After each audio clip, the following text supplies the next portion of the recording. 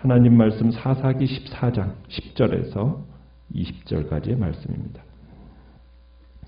사사기 14장 10절에서 20절입니다.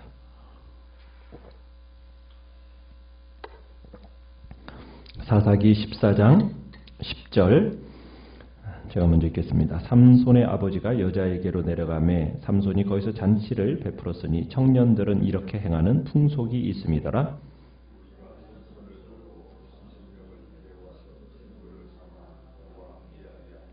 삼손이 그들에게 이르되 이제 내가 너희에게 수수께끼를 내리니 잔치하는 이래 동안에 너희가 그것을 풀어내게 말하면 내가 베옷 30벌과 겉옷 30벌을 너희에게 주리라.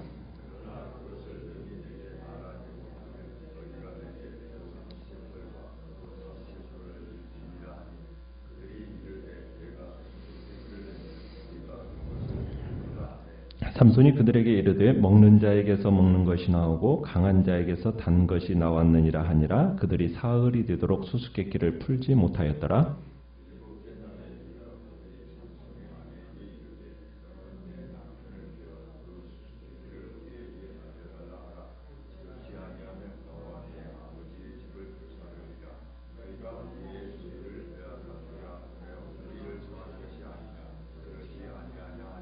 삼손의 아내가 그의 앞에서 울며 이르되 당신이 나를 미워할 뿐이요 사랑하지 아니하는도다. 우리 민족에게 수수께끼를 말하고 그 뜻을 내게 알려주지 아니하도다 하는지라. 삼손이 그에게 이르되 보라 내가 그것을 나의 부모에게도 알려주지 아니하였거든 어찌 그대에게 알게 하리요 하였으나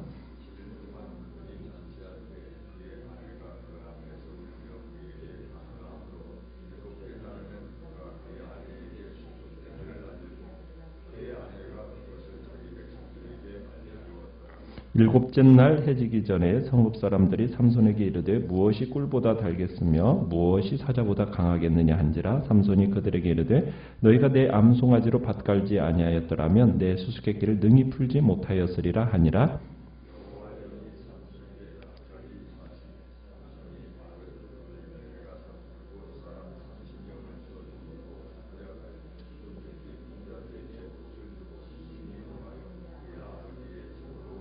같이 읽습니다. 삼손의 아내는 삼손의 친구였던 그의 친구에게 준 바 되었더라. 아멘.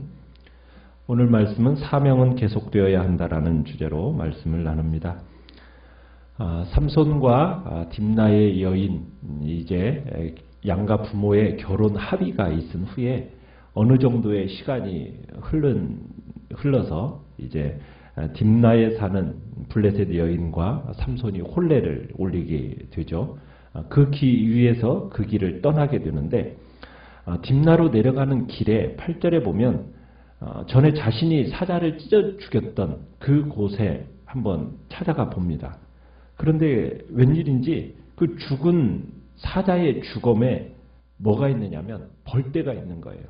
그리고 그곳에 꿀이 고여 있습니다. 벌들이 사자의 죽음에 거한다라는 거, 여러분 그게 일상적인 일일까요? 일상적인 일이 아니죠. 여러분 보통 짐승이 죽으면은 짐승에게 뭐가 낍니까? 벌이 낍니까? 보통은 구더기가 끼고 파리떼가 이렇게 몰리는 것이 보통은 죽음에게 나타나는 현상인데 지금 이 사자의 죽음에는 벌집이 있고 꿀이 있는 겁니다. 그러니까 이 일은 하나님께서 특별히 하신 일이라는 것을 우리가 생각할 수 있을 겁니다. 자, 그러는데 이 꿀을 따다가 가면서 먹고 또 부모들에게도 이 꿀을 가져다 주었죠. 자, 삼손 일행이 이제 꿀을 먹은 일을 뒤로하고 딥나에 있는 신부의 집에 도착하게 되는데요. 고대 근동에는 결혼잔치를 벌이면은 신부 집에서 일주일 동안 잔치를 했습니다. 이 기간 동안에 신랑은 신부 측의 풍습과 의식을 따라줘야 했어요. 블레셋 사람들이 이 삼손을 보고서는 30명을 데려다가 친부를 삼게 합니다. 블레셋 사람들이 잔치하는 7일 동안 이 신랑의 들러리로 블레셋 사람 30명을 세운 건데 이 30명의 이 청년을 이 삼손의 주변에 세운 이유 중에 하나는 아마 삼손을 감시하기 위했을 거라고 봐요. 그러니까 삼손이 좀 위협적으로도 생긴 데다가 이 삼손의 들러리로 이렇게 세울 때는 뭐 신랑을 존중해서라기보다는 어떤 힘의 과실을 보여주기 위해서 블레셋 사람으로서 어떤 힘의 과실을 보여주기 위해서 지금 30명을 동원해서 지금 삼손 옆에다가 붙여놓은 겁니다. 당시에는 어쨌든 블레셋이 이스라엘을 다스리고 있었기 때문인데 이 30명의 들러리라는 것은 적은 숫자가 아니에요. 그 당시에 흔히 왕들이나 30명의 신복을 거느렸으니까 굉장히 많은 숫자를 지금 삼손 옆에다가 지금 붙여준 거예요. 근데 삼손은 이런 블레셋의 30명의 들러리를 자신의 옆에다 세워주는 것을 보고서는 이 도전적으로 이렇게 받아들입니다. 자신이 또 블레셋 영역에 있었고 또 숫자적으로도 열세인데다가 이미 아마 그래서 이 잔치 분위기가 좀 긴장된 분위기였을 거로 이제 보여지는 거예요. 그런데 이제 삼손이 이런 긴장된 분위기에서 뒤로 물러가지 않고 수수께끼를 냅니다. 그리고 내기를 하자고 이제 제안을 해요. 자신이 수수께끼를 낸 것을 7인 안에 맞추면 배옷 30벌과 겉옷 30벌을 줄 거라는 거예요. 만약 너희들이 알아맞히지 못하면 자신에게 배옷 30벌과 겉옷 30벌을 달라 이렇게 얘기를 해요. 여기서 배옷이라는 것은 평상시에 사람들이 입는 옷입니다. 그러니까 원피스, 그 당시에는 원피스 같은 어떤 통옷이 배옷이라고 번역이 되는 거고요. 겉옷이라고 번역되어 있는 이 단어는 한복을 입으면은 주로 겉에다가 뭘 입어요? 두루마기를 입지 않습니까? 양복을 입는다고 하면은 그 겉에다가 코트를 입듯이 아주 고급스럽고 특별한 기회에만 입을 수 있는 옷, 그게 이 겉옷이에요. 그러니까 배옷 30벌과 그 다음에 겉옷 30벌이라고 하는 것은 상당한 액수의 금액을 걸고 지금 이 수수께끼를 낸 겁니다. 자, 삼손이 수수께끼를 내기를 제안하니까 블레셋 사람들이 그 제안을 받아들이죠. 자, 그러면서 뭐라고 수수께끼를 냈냐면 14절에 보면 이렇게 얘기해요. 먹는 자에게서 먹는 것이 나오고 강한 자에게서 단 것이 나왔다. 자, 이게 이제 수수께끼의 내용입니다. 자, 이 수수께끼는 히브리어로는 6개의 단어로 구성되어 있는 아주 간략한 수수께끼인데요. 그런데 이 수수께끼를 누가 알아맞히겠어요? 왜냐하면 아무도 못 알아맞힙니다. 왜? 삼손이 포도원 거기에서 자신이 체험했던 아주 독특한 경험에서 나온 수수께끼잖아요. 그러니까 이거 아무도 알아맞힐 수가 없는 거예요. 이거 누구에게도 얘기한 적이 있어요? 없어요? 부모에게도 얘기하려 하지 않았던, 자신이 체험한 것에 대해 말하지 않았으니까 참 혼자만, 마음에 지금 삼손 혼자만 마음에 담고 있는 답을 오직 삼손 혼자만 알고 있는 거죠. 그래서 이제 3일 동안 이 블레셋 사람들이 이 수수께끼를 풀지를 못해요. 30명의 이 블레셋 사람들이 잔치가 이제 나흘째가 되던 날에 비열한 방법을 동원합니다. 어떻게 해요? 삼손의 아내를 협박하는 거죠. 너, 네 신랑 꿰어라. 그래서 우리에게 낸 그 수수께끼의 해답 알아내라. 그래서 우리에게 알려줘라. 너 그렇지 않으면은 너와 네 아버지의 집을 불태워버리겠다. 불살라버리겠다. 협박한 겁니다. 블레셋 사람들은 그러면서 뭐라고 했냐면 너와 지금 네 남편이 공모해가지고 우리 벗겨먹을 작정이냐? 하면서 지금 막 몰아붙인 거예요. 공갈 협박으로 지금 이 여자를 이렇게 괴롭힌 거죠. 그러니 이 삼손의 아내는 진퇴양난에 빠진 겁니다. 지금 이 동족 블레셋 사람들의 위협이 장난이 아니라는 걸 아는 거예요. 그래서 이 공경에서 빠져나오는 길은 뭐밖에 없어요. 그들의 요구대로 수수께끼의 비밀을 알아내는 방법밖에 없다고 생각을 한 거죠. 그래서 이 협박을 당한 삼손의 아내가 어떻게 해요? 삼손에게 눈물로 애원을 하죠. 답을 가르쳐달라고. 그러면서 뭘 또 타령해요? 사랑 타령하죠. 당신이 나를 미워하니까 답 안 알려주지. 나를 사랑한다면 답을 가르쳐줘야 되는 거 아니냐고. 그러면서 막 울면서 얘기를 합니다. 막 자신을 사랑하지 않는다고 지금 투정을 늘어놓기 시작하는 거예요. 그러니까 삼손이 뭐라고 얘기하냐면 내가 부모에게도 알려드리지 않았는데 그걸 어떻게 네가 넘보냐 하면서 단호하게 거절을 해요. 그런데 이 삼손의 대꾸에 대해서 이 여자가 어떻게 해요? 그냥 넘어가지 않죠. 왜냐하면 이 여자 또한 절체절명의 위기에 빠져 있는 거잖아요. 그러니까는 이 여자의 무기는 뭐예요? 눈물이잖아요. 그죠? 그러니까 이 여인에 있어 가장 강력한 무기, 눈물을 사용하는 겁니다. 언제? 잔치 내내. 잔치가 끝날 때까지 눈물을 흘리는 거예요. 그러니 삼손도 좀 오랫동안 저항을 했던 것 같아요. 그런데 결국 이 여자의 눈물에 이 약한 게 남자라고 결국에는 남자가 여자를 이기지 못하고 결국에는 싸움이 끝나요. 아내가 눈물을 흘린 정도가 아니라 삼손을 심히 괴롭혔다고 얘기합니다. 결국 삼손은 마지막 날을 넘기지 못하고 굴복하고 말게 되죠. 삼손은 이제 아내가 울면서 강박하는 바람에 결국 완전히 굴복하고 결국 이제 답을 알려주니까 그 답을 가지고 이 여인이 어떻게 해요? 자기 백성에 쪼로로 달려가가지고 그 답을 가르쳐줘 버린 거예요. 그러니까 아내는 삼손 편이었습니까? 블레셋 사람 편이었습니까? 그죠? 삼손 편이 아니었던 거예요. 블레셋 사람의 편이었던 거죠. 그러니까 비열한 방법으로 이제 답을 알아낸 이 블레셋 사람들이 삼손의 수수께끼의 해답을 가지고 와가지고 마지막 순간에 삼손에게 딱 나옵니다. 그래서 18절에 보면 일곱째 날 해지기 전 이렇게 써있죠. 그러니까 아주 극적으로 이제 삼손에게 나와서 이제 마지막 날 이 해답을 얘기해 준 거예요. 뭐라고 얘기합니까? 무엇이 꿀보다 달겠으며 무엇이 사자보다 강하겠느냐 하면서 얘기하니까 삼손이 뭐라고 얘기해요?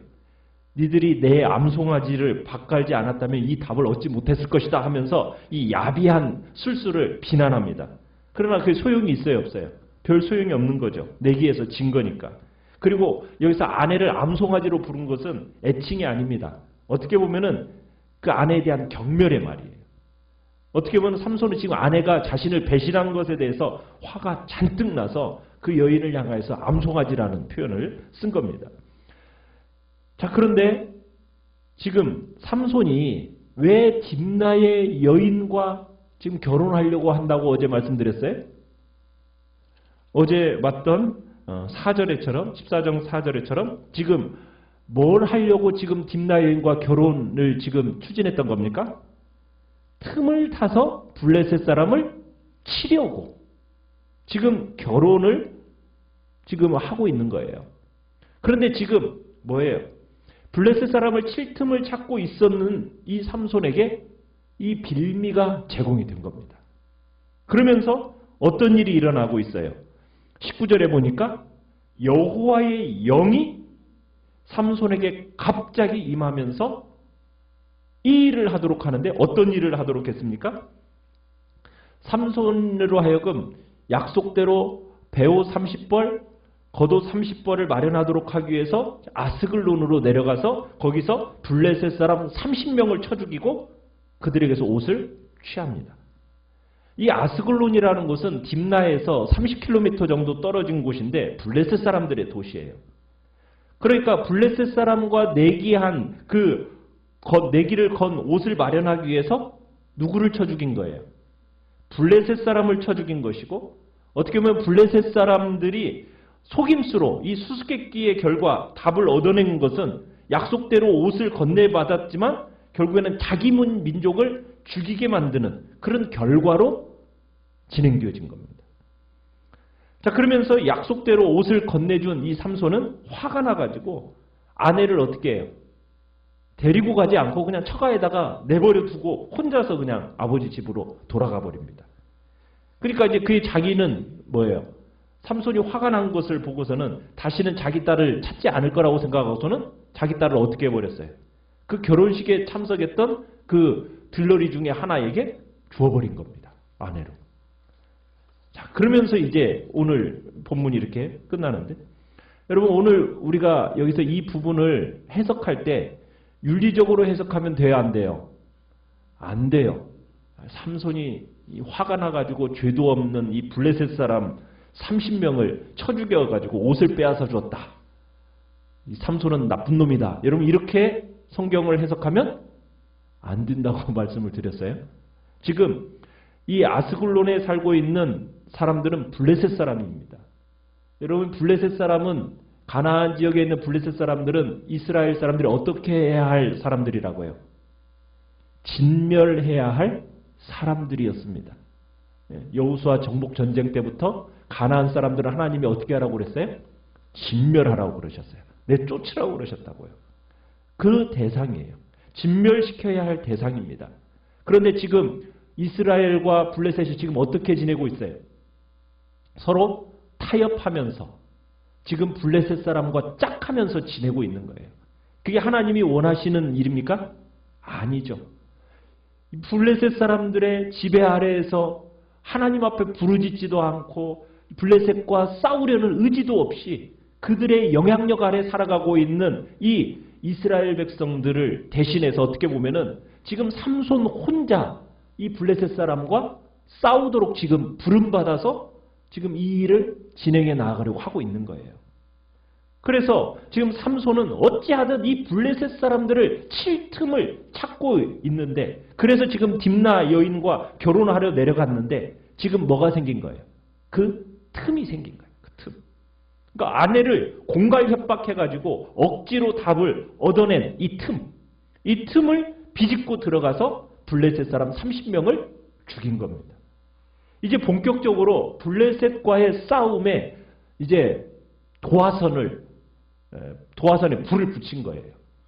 어떻게 보면 더 정확히 말하자면 하나님이 블레셋으로부터 이스라엘을 구원하려고 하는 하나님의 블레셋을 향한 징계와 심판이 시작되고 있다는 것을 우리는 이 본문을 그렇게 봐야 되는 겁니다. 지금 이 시대, 삼손 시대의 제일 문제가 뭐라고요? 싸우기를 멈췄다는 거예요. 언약 백성으로서, 하나님 나라의 백성으로서 블레셋의 지배 아래 있으면서 블레셋과 싸우려 하지 않고 그냥 그들과 타협하고 그냥 짝하고 지내면서 타락의 길로 들어가고 있는 이 이스라엘 백성들. 블레셋과 너무 잘 지내고 있어요. 지금 몇 년 동안이요? 40년 동안. 여러분, 교회는 세상과 평화로울 수 있는 존재입니까? 아닙니까? 평화로울 수 있는 존재가 아니에요. 왜요? 복음이라는 것은 세상의 가치관과 어떻게 되기 때문에 늘 충돌이 되어지기 때문에 세상과 평화롭게 지낸다고 얘기하는 것은 결국 타협하고 교회가 타락의 길로 들어가게 되는 거예요. 우리 교회는 성도들은 세상의 가치관을 따라 살아가는 존재가 아니라는 거 얘기했어요. 우리는 이 세상과 전투하면서 살아가는 십자가의 군사들로 부름받았다라는 거. 우리는 기억하고 오늘도 우리는 믿음의 그 선한 싸움이 우리에게 남아있다라는 사실을 기억하시면서 끊임없이 믿음의 선하고 바른 이 싸워나가겠다고. 그저 세상에 휩쓸려서 세상의 가치관을 따라서 세상의 영향력에 그대로 우리가 쫓아가며 살아가는 그런 어리석은 자리에 우리가 서지 않겠다고. 하나님이 우리를 부르신 그 부름에 합당한 존재로서 오늘도 살아가겠다고 주님 앞에서 결단하면서 오늘 나아가시길 바랍니다. 말씀을 생각하면서 기도하시고요.